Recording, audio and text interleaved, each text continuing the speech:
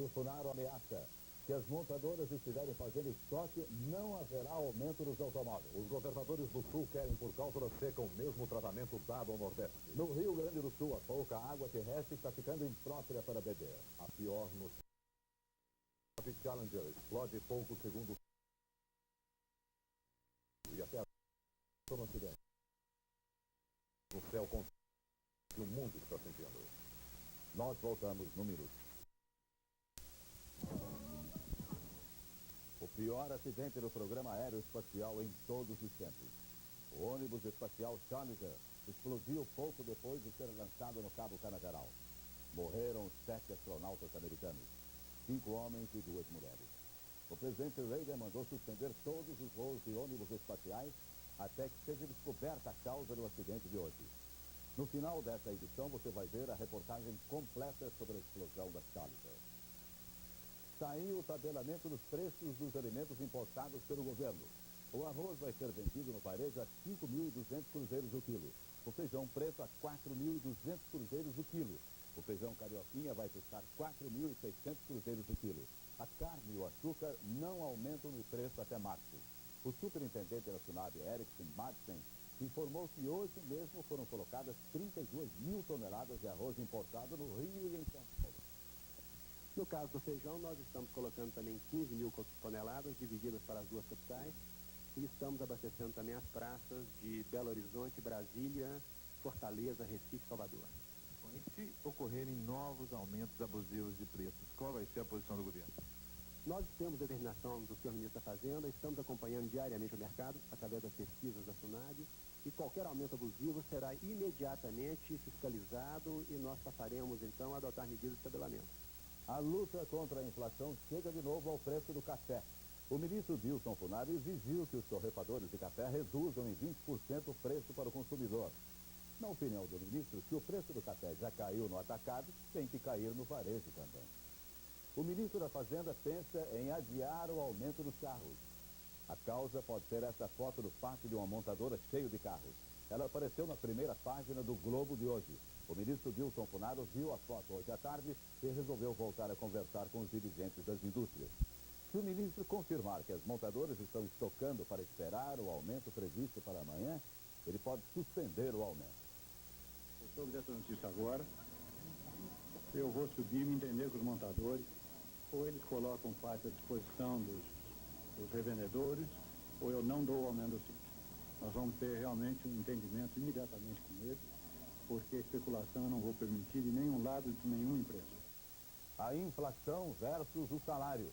A inflação de janeiro reacendeu a discussão sobre os aumentos trimestrais.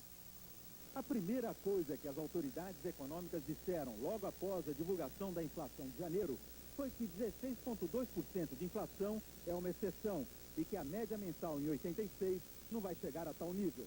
Mas como a inflação corrói salários, é inevitável que os assalariados façam alguns exercícios matemáticos para estimar as perdas de renda que terão ao longo deste ano.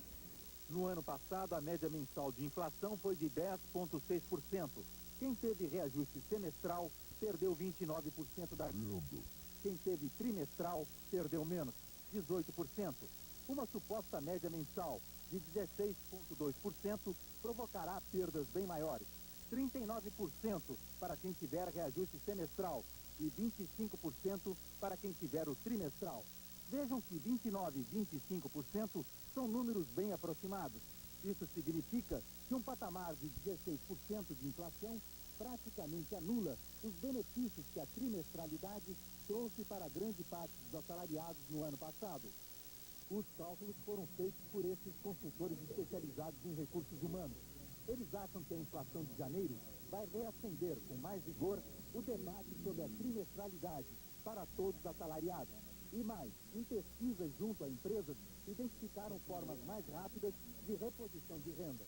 Algumas empresas já vêm se posicionando em relação à bimestralidade, acreditamos que cerca de 5 a 10% das empresas façam, algumas outras formas mais engenhosas de corrigir o salário, ou seja, passar a dar um reajuste do salário a partir do momento em que o IPCA atingir a 10% a 20%. A seguir, a mais grave consequência da seca no sul. A pouca água dos rios está ficando imprópria para beber depois dos comerciais.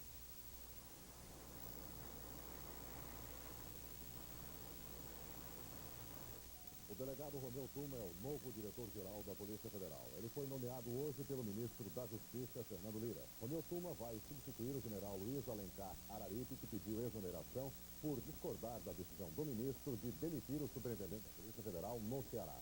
Segundo o ministro Fernando Lira, o delegado Romeu Tuma é o profissional adequado à Polícia Federal da nova República.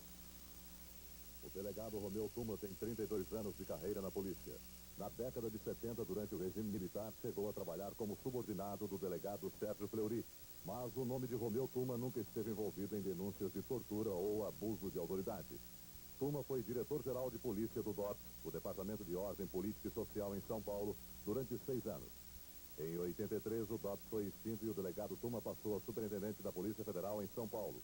Ganhou fama no combate ao tráfico de drogas e às quadrilhas de mafiosos. No ano passado, o delegado Romeu Tuma tornou-se conhecido internacionalmente ao comandar as investigações que desvendaram a morte do carrasco nazista Josef Mengele. A posse do delegado Romeu Tuma na Polícia Federal será na próxima semana. A reforma ministerial. Começam a surgir as primeiras definições em torno do futuro ministério. A reforma agora é para valer. O presidente Sarney já sabe que no mínimo 11, no máximo 13 ministros deixam o governo no próximo dia 15 de fevereiro, porque são candidatos às eleições de novembro, e já começa a definir os nomes que vão compor o novo ministério. A reforma deve ser feita mesmo no âmbito da Aliança Democrática, PMDB e Frente Liberal. E as consultas já começaram. Hoje à noite, o presidente Sarney recebe no Palácio da Alvorada o presidente do PMDB, deputado Ulisses Guimarães. E amanhã, às 9 da manhã, ele se encontra aqui no Palácio do Planalto com o ministro Aureliano Chaves, um dos principais líderes da Frente Liberal. Pela primeira vez, o presidente Sarney deve deixar a conversa genérica para discutir nomes. A mudança mais importante no Ministério já está praticamente definida. O ministro da Educação, Marco Maciel, deve se transferir aqui para o Gabinete Civil da Presidência. Mas o anúncio oficial do novo Ministério só deve sair depois do Carnaval, lá pelo dia 13 de fevereiro. É que o Diário Oficial do dia seguinte, 14 de fevereiro, uma sexta-feira, já deve publicar a demissão dos ministros que estão saindo. A seca no sul do país. Os governadores do Rio Grande do Sul, Paraná e Santa Catarina querem do governo federal o mesmo tratamento dado aos estados do Nordeste. Jair Soares, José Rissa e Esperidião Amin se reuniram hoje em Florianópolis. Eles querem que o governo federal libere também para os agricultores do Sul créditos de emergência com juros subsidiados a 35% da correção monetária.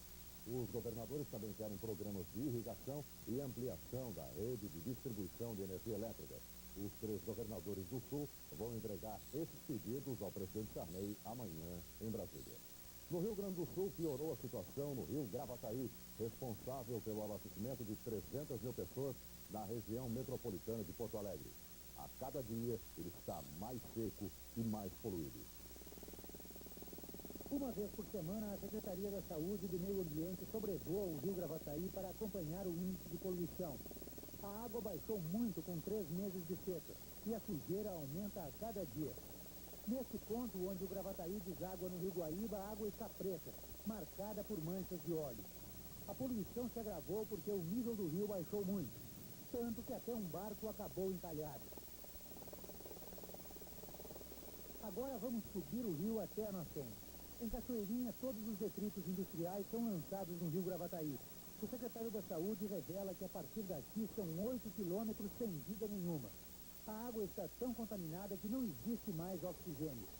O que ainda está garantindo a sobrevivência do rio é esta barragem, construída para irrigar as plantações de arroz.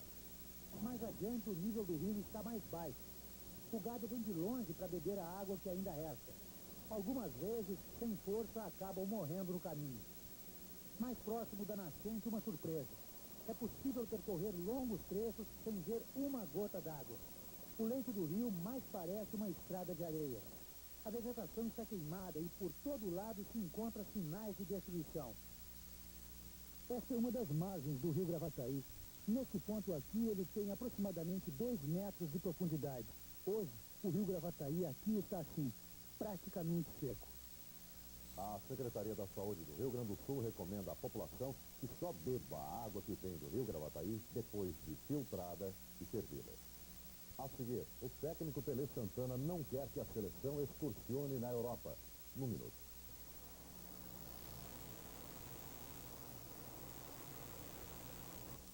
A Polícia Federal apreendeu hoje em Leopoldina, Minas, um contrabando de lança-perfume. Foi na estrada Rio-Bahia. O caminhão com placa de Caruaru, Pernambuco, levava 240 caixas de lança-perfume no valor de 860 milhões de cruzeiros. O caminhão ia de São Paulo para Caruaru. O motorista Orestes dos Santos foi preso. O ministro das Comunicações, Antônio Carlos Magalhães, anunciou hoje a instalação de 1 milhão de novos telefones até o ano que vem. E assinou portaria reduzindo em 70% o preço da ligação entre cidades de uma mesma região metropolitana. Com isso, vão ser beneficiados 3,5 milhões de assinantes no Rio, São Paulo, Rio Grande do Sul, Espírito Santo, Bahia, Goiás, Minas, Pará, Pernambuco, Maranhão e Alagoas. Prefeitos de todo o país foram ao auditório do Ministério das Comunicações em Brasília assistir à solenidade de assinatura da portaria. O ministro Antônio Carlos Magalhães prometeu que dentro de um ano as ligações entre cidades da mesma região metropolitana vão ser igualadas às tarifas locais que até hoje custavam 6 vezes menos. Depois, anunciou novas medidas na área da telefonia. Nós vamos intensificar o telefone compartilhado, nós vamos aumentar os telefones públicos e semipúblicos, nós vamos propiciar à população de baixa renda os meios para que ela possa se comunicar. Portanto, evitando o transporte com mais facilidade e pagando menos. 50 mil declarações do imposto de renda do ano passado caíram definitivamente na malha fina. Segundo a Receita Federal, agora esses contribuintes vão ter que explicar cada item da declaração. A Receita informou também que os bancos receberam hoje o último lote de restituições. São 19 mil cheques. Começa amanhã em São Paulo a mais tradicional feira de moda no Brasil, a FENIC. Essa é a primeira vez que a feira vai mostrar a moda outono e inverno. Todos os anos a FENIC acontecia só em junho, lançando as coleções de primavera-verão. Com o crescimento da indústria de moda brasileira e com o sucesso dos últimos anos, agora vão ser 2 FENICs todo ano. A primeira impressão que se tem é de um canteiro de obras.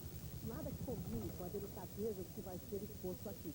Mas de vez em quando, pelas pessoas que passam, a gente tem certeza. O negócio aqui é moda. E negócio dos grandes, a ponto de atrair 640 expositores de 14 estados do Brasil. Eles esperam 80 mil compradores brasileiros e mais de 1.000 compradores estrangeiros de 42 países. Aqui, moda é sinônimo de investimento, sucesso e lucro. Eu calculo, baseado nas últimas feiras, que este ano as indústrias expositoras deverão vender de 3 a 4 meses da sua produção. Para o público, a moda que vai ser mostrada aqui durante 4 dias só chega às lojas em abril. E até amanhã de manhã, quando for aberta a feira, ninguém pode dizer com certeza o que vai mostrar essa FENIC outono e inverno. Para os expositores, a FENIC representa um lucro certo. Por isso, o sigilo profissional é muito grande. Ninguém quer mostrar ao concorrente, antes da hora, as coleções que farão sucesso no próximo inverno. Por isso, esses manequins vão ter que esperar até o último instante para poder cobrir essa nudez. Tem muitas boutiques espionando, copiando os modelos e lançando esse modelo praticamente assim de imediato no mercado. E nós temos assim uns altos planejamentos, investimentos assim muito grandes para se montar um stand desse. Você vai deixar para pôr as roupas dos manequins que horas? Se possível, uns 10, 15 minutos antes de iniciar a feira. Tele Santana, técnico da seleção brasileira na Copa do Mundo, disse hoje em São Paulo que não pretende ceder às pressões dos dirigentes de clubes e liberar nos fins de semana os jogadores convocados para que eles disputem os campeonatos regionais. Pelé pretende também modificar a programação da seleção, que previa uma excursão à Europa em março. Gostaria que, se pudesse, fazer uma excursão depois de algum tempo de treinamento, e eu acho que o nosso treinamento é pouco, para enfrentarmos as seleções que já estão em bom nível nessa altura, um bom estágio, como o caso da Hungria e da Alemanha. Eu sempre fui contra. E se pudéssemos fazer, então, esses jogos aqui no Brasil e contra adversários que não estivessem classificados. Isso vai ficar a cargo da diretoria para resolver. A seguir, a notícia mais triste do dia, a explosão da nave Challenger. 1 minuto só.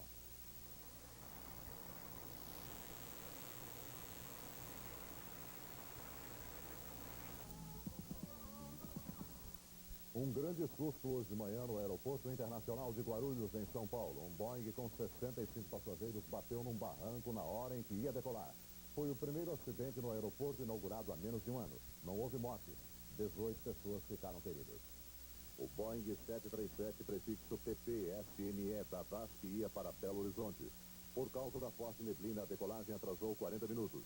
Quando o aeroporto foi liberado, o avião foi até a cabeceira da pista. Mas o piloto, em vez de pegar a pista principal, começou a decolagem numa pista auxiliar usada apenas para acesso à principal. O avião andou cerca de 100 metros e bateu de frente num barranco.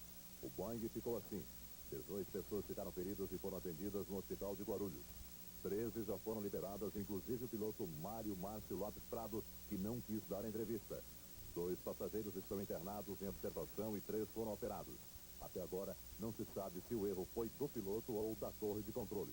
Olha, o piloto entrou no local errado, porque ali não era pista. Inclusive, ele andou aqui uns 100 metros e já tinha terra e num barranco, na frente onde o avião foi parar, de frente num barranco. E ele parece que pegou uma pista errada, porque essa pista não é uma pista completa, ela termina no barranco, é uma pista curta para um voo do 737. E o piloto entrou de frente no barranco, então deve ter sido um erro de informação de pista para ele pegar. Tudo isso eu acho que é cedo para nós querermos avaliar. Existe uma comissão do Ministério, normalmente faz esses tipos de investigação. Isso vai ser precisamente avaliado e divulgado. A falta de visibilidade pode ter sido a causa também desse acidente? Poderia ter sido. O espaço está mais vazio. Menos de 2 minutos e depois de ter sido lançado ao espaço, a nave espacial Challenger explodiu no ar. Os 7 astronautas que estavam a bordo morreram. O presidente Ronald Reagan, chocado, ordenou a suspensão do programa dos ônibus espaciais. O tradicional discurso presidencial sobre o Estado da União, marcado para hoje à noite no Congresso, também foi suspenso. Os Estados Unidos estão perplexos. 14 astronautas já morreram em 25 anos de exploração espacial. Além dos 7 da Challenger hoje, já morreram 3 norte-americanos e 4 russos. A primeira tragédia da era espacial foi a morte dos astronautas norte-americanos Virgil Grissom, Edward White e Roger Chaffee em 67. Eles estavam na nave Apollo 1, que iria à Lua, fazendo exercícios na plataforma de lançamento. O incêndio súbito matou os 3 na cápsula carbonizada. 3 meses depois, o soviético Vladimir Komarov morreu depois de ter feito 18 órbitas em volta da Terra. O paraquedas que deveria frear a descida da Soyuz 1 na estepe russa não funcionou. Mas a tragédia maior foi a que matou Georgei Dobrovolsky, Vladimir Volkov e Viktor Patryaev em junho de 71. Eles tinham batido o recorde de permanência no espaço, 24 dias com a Soyuz 11. Mas uma hora antes de aterrissar, a cápsula perdeu totalmente a pressão. Os astronautas saíram da cápsula mortos, asfixiados. Os soviéticos ficaram chocados, o mundo perplexo. O funeral dos 3 astronautas foi na Praça Vermelha com toda a pompa reservada aos heróis do Estado Soviético. Os 3 corpos foram enterrados. Uma linha aérea para o espaço. As naves reaproveitáveis inauguraram uma nova era de prestígio para o programa espacial americano. Começou em abril de 81 com a nave Columbia. Depois a família aumentou com a Discovery e a Challenger e em novembro passado a Atlantis. Manter esta frota de ônibus espaciais não é barato. Cada nave custa US$ 1 bilhão e 200 milhões. Os foguetes propulsores estão sofrendo um desgaste rápido. A manutenção demora 2 meses depois de cada viagem. Mas a NASA tem fregueses certos que pagam muito dinheiro pelos serviços desta linha aérea. Os ônibus espaciais puseram em órbita satélites de comunicações para vários países. Levaram cientistas que fizeram dezenas de experiências no espaço. Levaram animais como passageiros e cobaias. Levaram um senador, John Gines, que passou maus bocados lá em cima com problemas digestivos. Mas o cliente mais importante é o exército americano. Os ônibus espaciais já fizeram testes para o programa Guerra nas Estrelas, como nesta viagem em junho do ano passado. Milhares de pessoas estão inscritas para viajar nos ônibus espaciais e experimentar a sensação de sair do planeta e ver se a Terra é mesmo azul. Depois do acidente de hoje, é provável que a lista de espera de passageiros fique menor. Foi o pior acidente desde o começo da conquista do espaço há 25 anos. A Challenger virou uma bola de fogo segundos depois de ter sido lançada. Toda a tripulação está morta. A NASA ainda não tem uma explicação para o acidente. Nos voos espaciais, a partida é sempre o momento mais perigoso. Mas há poucas horas da partida de hoje, nenhum dos 7 astronautas parecia preocupado. Afinal, depois de quase 20 anos sem acidentes fatais e de 24 missões dessas espaçonaves sem tragédias, por que preocupar?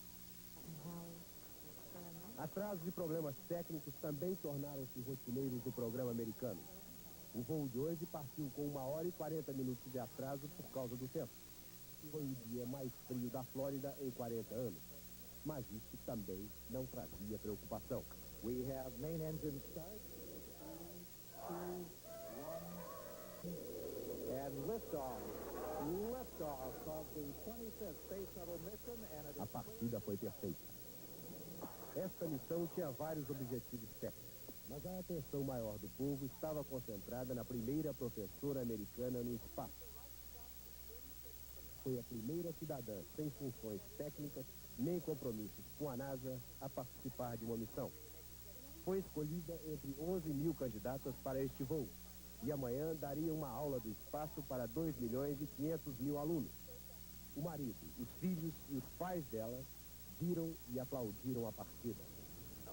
Com 1 minuto de voo, a 14 quilômetros de altura, o comandante da Challenger recebeu instrução para dar toda a aceleração. Explode poucos segundos e até no acidente. No céu com que o mundo está sentindo.